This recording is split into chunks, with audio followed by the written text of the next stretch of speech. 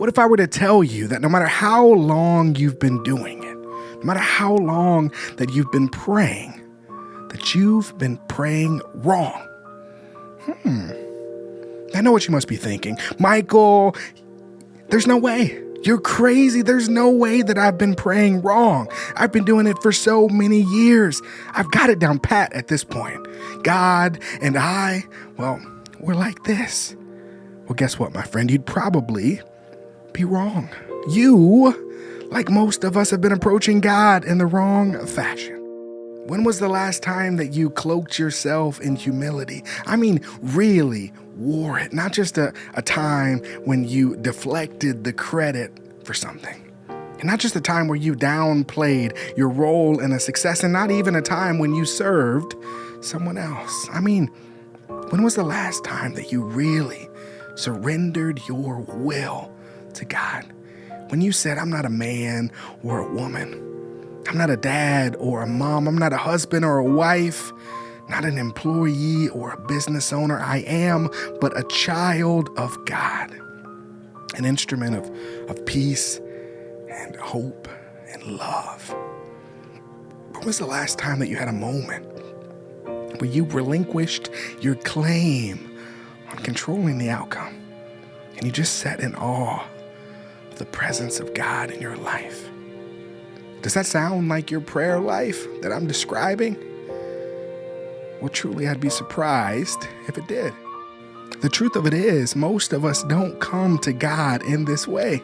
And as a result, we create these barriers between us and God. We create obstacles so that the Spirit doesn't flow through our lives. And now at this point, you may be asking yourself and thinking, Michael, doesn't God meet us wherever we're at?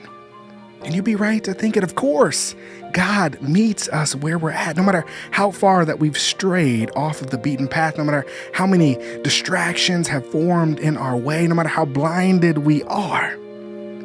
God reserves the right to sit us down. But you see, as children of God, the call on our lives isn't to wait until God knocks down our door. It is instead to pursue the presence of God with every single step that we make, with every breath that we take. It is to welcome the Spirit with each passing moment, not to run from it. But you see, in this new world that we find ourselves in, everything is us-centric, right? Where our societal worth is calculated by how much attention we garner. It's all about me, me, me. Our worth is defined by that attention, not by how much good we pour into the world, not by how much change that we can inspire and how many people we can bring along with us.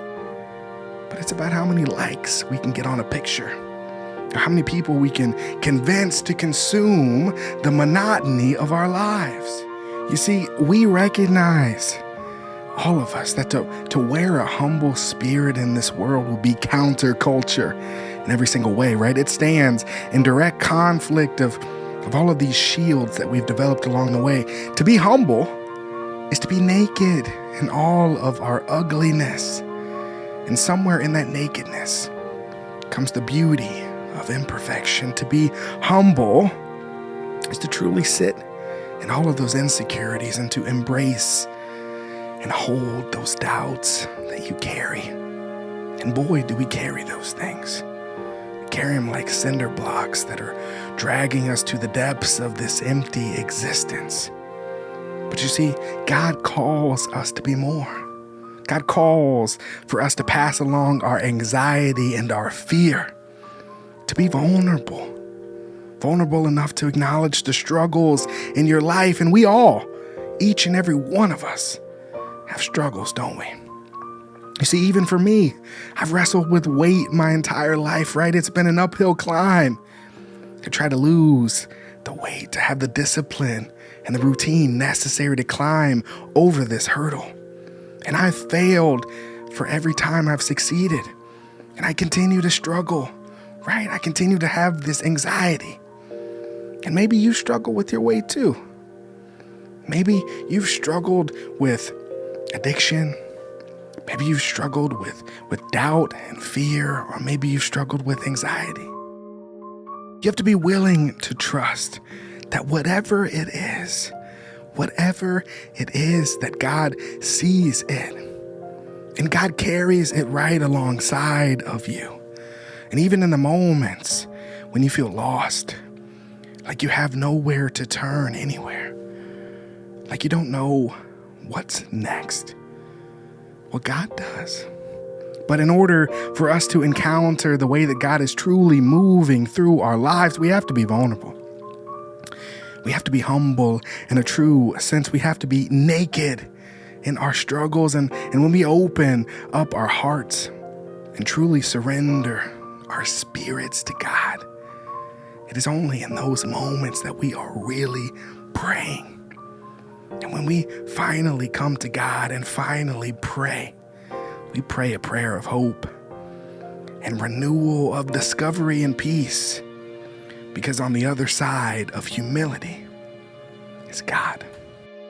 In the same way, you who are younger must be subject to the elders, and all of you must clothe yourselves with humility in your dealings with one another. For God opposes the proud, but gives grace to the humble. Humble yourselves, therefore, under the mighty hand of God, so that he may exalt you in due time.